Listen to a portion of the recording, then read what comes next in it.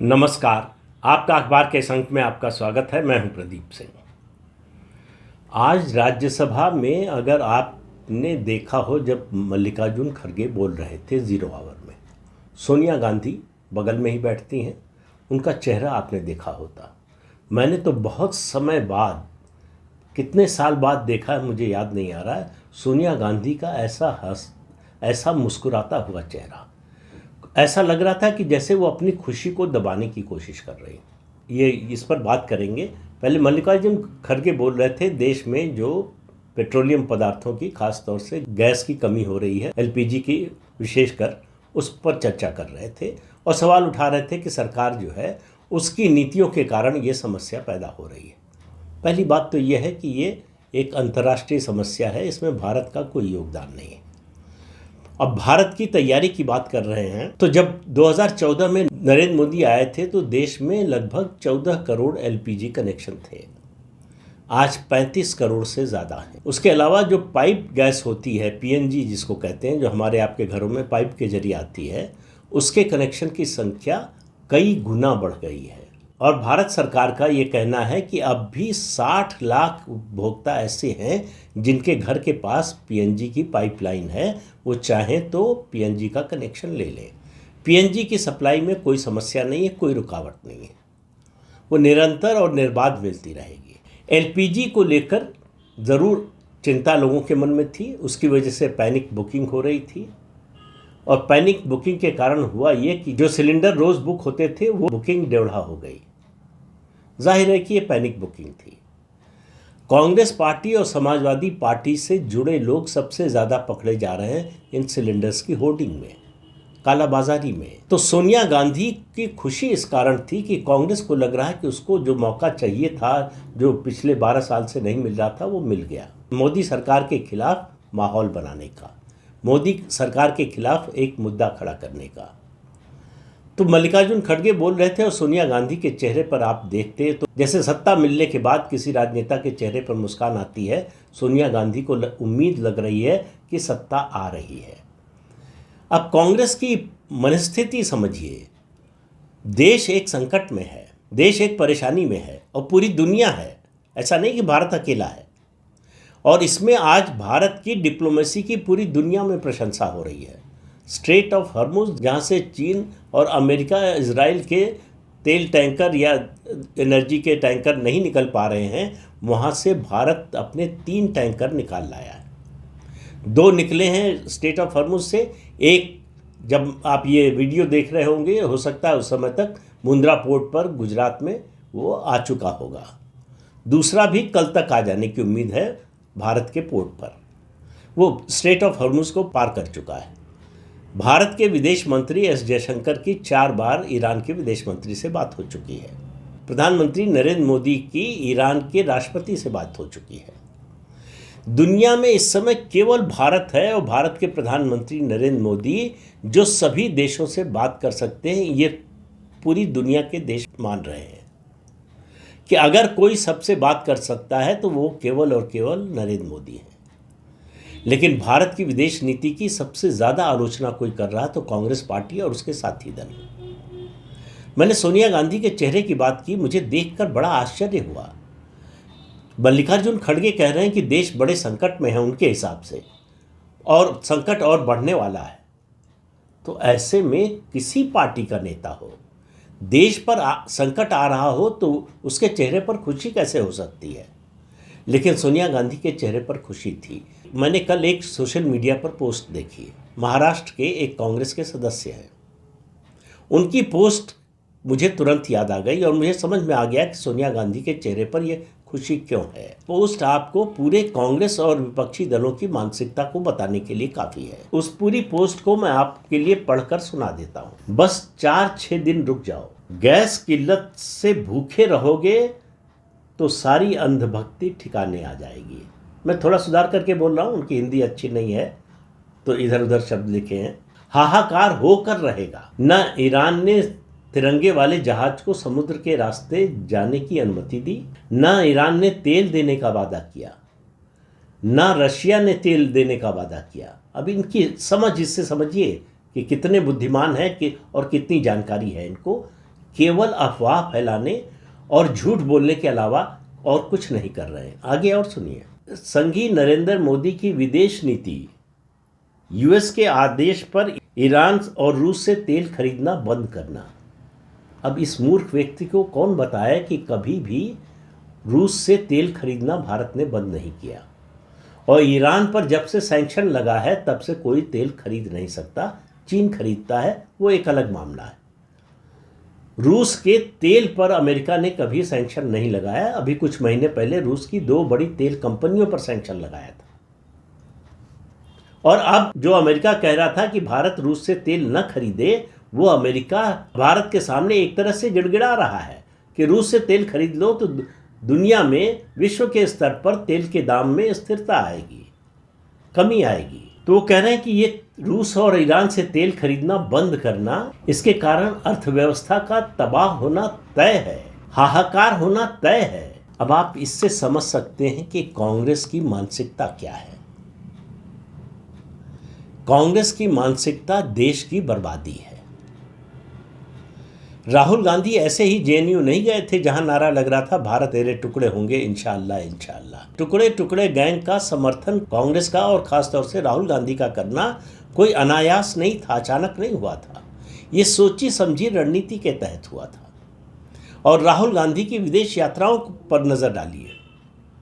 हर विदेश यात्रा में जहां भी जाते हैं वो केवल भारत की बुराई करते हैं। भारत में जनतंत्र खत्म हो गया, भारत में संवैधानिक संस्थाएं खत्म हो गई, भारत में तानाशाही आ गई है, भारतीय अर्थव्यवस्था डेड है। ये सब बातें कौन कर सकता है जो देश का भला नहीं चाहता? ऐसा कौन सा देशभक्त होगा जो देश की बर्बादी की आशंका से खुश हो? भारत बर्बाद नहीं होने जा रहा है, इनका सपना कभी पूरा नहीं होने वाला है। सोनिया गांधी के ये मुस्कुराहट बहुत जल्दी ही तिरोहित होने वाली है। मुस्कुराहट की जगह से फिर वो उदासी, फिर वो चिढ़, फिर वो आक्रोश उनके चेहरे पर दिखाई देने लगेगा। आज मैंने देखा कि वो आमतौर पर जो है वो देखती हैं संसद में या किसी कार्यक्रम में भी देखिए तो आंख मिचमिचाती हैं। कोई समस्या होगी, आंख भी नहीं मिचमिचा रही थी।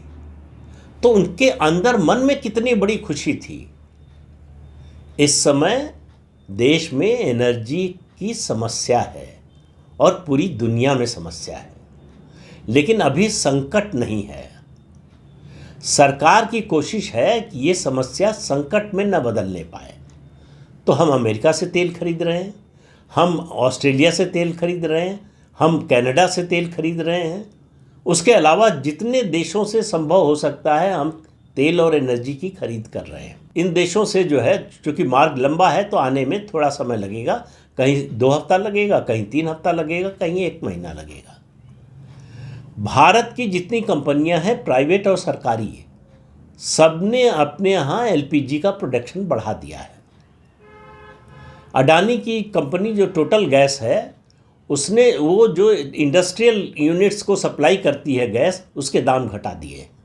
तो सरकार की सारी कोशिश, सरकार ही नहीं, इस देश का प्राइवेट सेक्टर भी, और इस देश का जो भी भला चाहते हैं, इस देश की अर्थव्यवस्था को जो भी आगे बढ़ाना चाहते हैं, वो सब सहयोग कर रहे हैं कि इस समस्या को कैसे कम से कम किया जा सके जब तक ये ख़त्म नहीं होती। और कांग्रेस की इच्छा क्या है? ये समस्या संकट बन जाए। ये सोच का फर्क है दोनों पार्टियों के।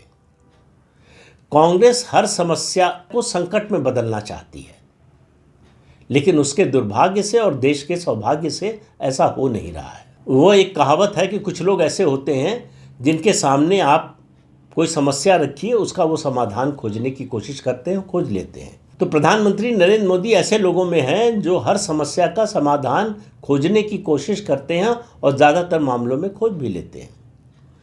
उसके विपरीत राहुल गांधी ऐसे नेता हैं जिनके सामने आप कोई भी हल या सॉल्यूशन रखें, उसमें वो समस्या खोज लेंगे। राहुल गांधी का एकमात्र लक्ष्य है समस्या खोजना, और समस्या अगर भारत के विरोध में जा रही हो, भारत की तबाही की ओर जा रही हो, तो इससे बड़ी खुशी की बात उनके लिए हो नहीं सकती, उनकी पार्टी के लिए हो नहीं सकती। भारत के 2 जहाज ईंधन लेकर स्ट्रेट ऑफ हॉर्मुज से पास होकर, ईरान की इजाज़त से पास होकर, भारत के प्रयासों से, भारत के विदेश नीति के कारण भारत आ रहे हैं, जो मैंने अभी बताया कि एक तो अभी कुछ घंटों में पहुंचने वाला है, दूसरा कल तक पहुंच जाएगा, इससे पहले भी एक आ चुका है। उसके बारे में कांग्रेस के प्रवक्ता का ये कहना झूठ है कि ये टैंकर जो है भारत आ रहे थे, ये तो अमेरिका जा रहे थे। अब आप समझ का अंदाज़ा लगाइए, स्ट्रेट ऑफ हॉर्मुज से इस समय ईरान अमेरिका के किसी टैंकर को जाने देगा क्या? ये सही है कि ईरान ने कोई हमको ऐसा पूरा आश्वासन नहीं दिया कि भारत के जितने टैंकर हैं, जो भी टैंकर हैं, सब को छूट है, लेकिन बातचीत करके धीरे धीरे अपने टैंकर्स को वहाँ से हम निकाल रहे हैं। और ये ऐसा भी नहीं कि ईरान हमारे ऊपर कोई एहसान कर रहा है। ईरान की 3 शिप्स को हमने बचाया है।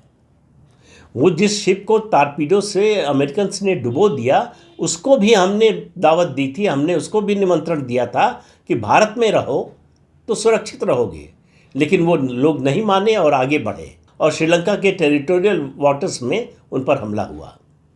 जो 3 शिप ईरान के यहाँ रहे, उनको न केवल डॉकिंग की फैसिलिटी मिली, बल्कि उनमें जो मरीन्स थे उनको भारत ने रुकाया, कोच्चि और दूसरे शहरों में उनके रुकने का इंतज़ाम किया। अब उनको वापस भेजने का इंतज़ाम हो रहा है। तो भारत ने इस युद्ध के दौरान अमेरिका की और इजराइल की नाराज़गी की परवाह किए बिना ईरान के शिप्स को पनाह दी। तो ये कोई एहसान वाली बात नहीं है। ईरान को भी समझ में आ रहा है कि अगर भारत के साथ संबंध ठीक रहेंगे तो आगे चलकर उसके लिए फ़ायदा होगा, उसके लिए सहूलियत होगी। लेकिन कांग्रेस को ये बात बहुत बुरी लग रही है। कांग्रेस इस बात को पचा ही नहीं पा रही है कि स्ट्रेट ऑफ हॉर्मुज से जहाँ से जहाज़ निकल नहीं रहे हैं, वहाँ से भारत अपने 3-3 जहाज़ निकाल कर ला रहा है। और रुके रहिए, जो 4-6 दिन की धमकी देने वाले हैं, वो 4-6 दिन रुके रहें और जहाज़ निकल कर आएंगे।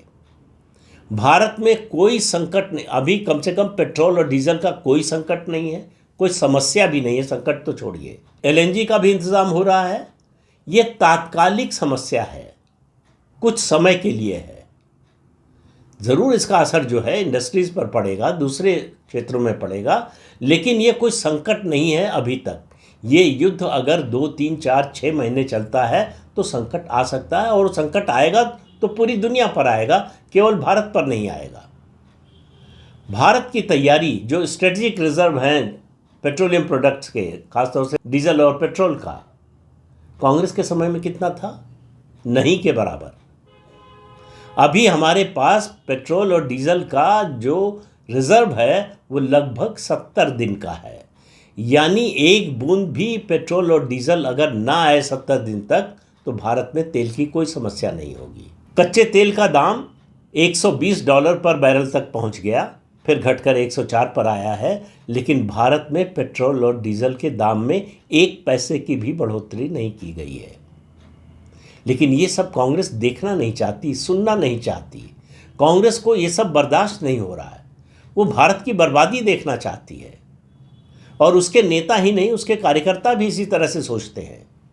और मल्लिकार्जुन खड़गे जब बोल रहे थे तो वो बताने की कोशिश कर रहे थे कि भारत बहुत बड़े संकट में घिर गया है। ये स्थिति जो है ये इस सरकार की नीतियों के कारण आई है। कोई तैयारी नहीं की, कुछ नहीं किया, बिना तैयारी के सबको एलपीजी मिल रही है, पेट्रोल डीजल मिल रहा है। ये ऐसे ही हो रहा है क्या? लेकिन अगर ये कहेगी कांग्रेस तो फिर उसके पास बोलने के लिए, मुंह दिखाने के लिए क्या होगा? तो कांग्रेस हमेशा अपने नैरेटिव के लिए झूठ का सहारा लेती है, और केवल इस आशंका से कि भारत में ये समस्या संकट में बदल सकती है, सोनिया गांधी का खिला हुआ चेहरा अगर आप देखते, और आजकल तो उपलब्ध है, देख सकते हैं आप, शायद उसकी रिकॉर्डिंग जो है उपलब्ध होगी। राज्यसभा की बात कर रहा हूँ, 0 आवर की। राज्यसभा में 0 आवर 11 बजे से शुरू होता है। तो शुरू होने के कुछ समय बाद की बात है, शुरू होते ही लीडर अपोजिशन है मल्लिकार्जुन खड़गे, तो उनको बोलने का समय मिला। होता यह है कि 0 आवर में किसी नेता को बोलने के लिए, जो जिस विषय पर बोलना चाहता है, 3 मिनट का समय होता है। सभापति ने उनको 6 मिनट का समय दिया, तब भी वो रुकने को तैयार नहीं थे। आखिर में हस्तक्षेप करना पड़ा सभापति को। तो इससे आप समझ लीजिए कि कांग्रेस की मानसिकता क्या है, उसकी छटपटाहट क्या है। उसकी छटपटाहट है कि भारत बर्बाद क्यों नहीं हो रहा है, भारत में हाहाकार क्यों नहीं मच रहा है, भारत की तबाही क्यों नहीं हो रही है। इसके इंतज़ार में कांग्रेस पार्टी बैठी है।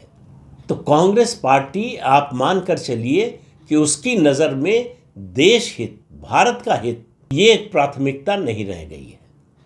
कभी रहा होगा, आज तो कम से कम राहुल गांधी की कांग्रेस में तो ये नहीं है। और इसका नतीजा आपको ज़्यादा दूर नहीं जाना है। 4 मई को 5 विधानसभाओं के चुनाव के नतीजे आएंगे, उससे देखने को मिल जाएगा। तो पश्चिम बंगाल में उसका कुछ है ही नहीं। असम में कांग्रेस पार्टी की सबसे बड़ी हार होने जा रही है, ये मैं आज आपसे कह रहा हूँ, और भारतीय जनता पार्टी की सबसे बड़ी जीत होने जा रही है। तमिलनाडु में आज सुबह के वीडियो में मैंने तमिल अभिनेता विजय की बात की थी। अगर तमिल अभिनेता विजय और उनकी पार्टी टीवी के एनडीए में शामिल हो जाते हैं तो आप समझिए कि डीएमके का सुपड़ा साफ हो जाएगा। और नहीं शामिल होते हैं तो भी एमके स्टालिन की सरकार का लौटना लगभग असंभव सा दिख रहा है। और उसके अलावा केरल में जहां सबसे ज़्यादा कांग्रेस के लिए संभावना थी, वो संभावना भी लगातार घटती जा रही है। कांग्रेस में झगड़े इतने हैं, मुख्यमंत्री पद के दावेदार इतने हैं। 2 तरह के दावेदार हैं, एक जो प्रदेश में ज़मीनी नेता हैं और दूसरे जो गांधी परिवार के चहेते नेता हैं। उनके बीच में संघर्ष है। तो केरल में अगर तीसरी बार सीपीएम की सरकार बन जाए या कहें कि लेफ्ट डेमोक्रेटिक फ्रंट की सरकार बन जाए तो कोई आश्चर्य नहीं होगा।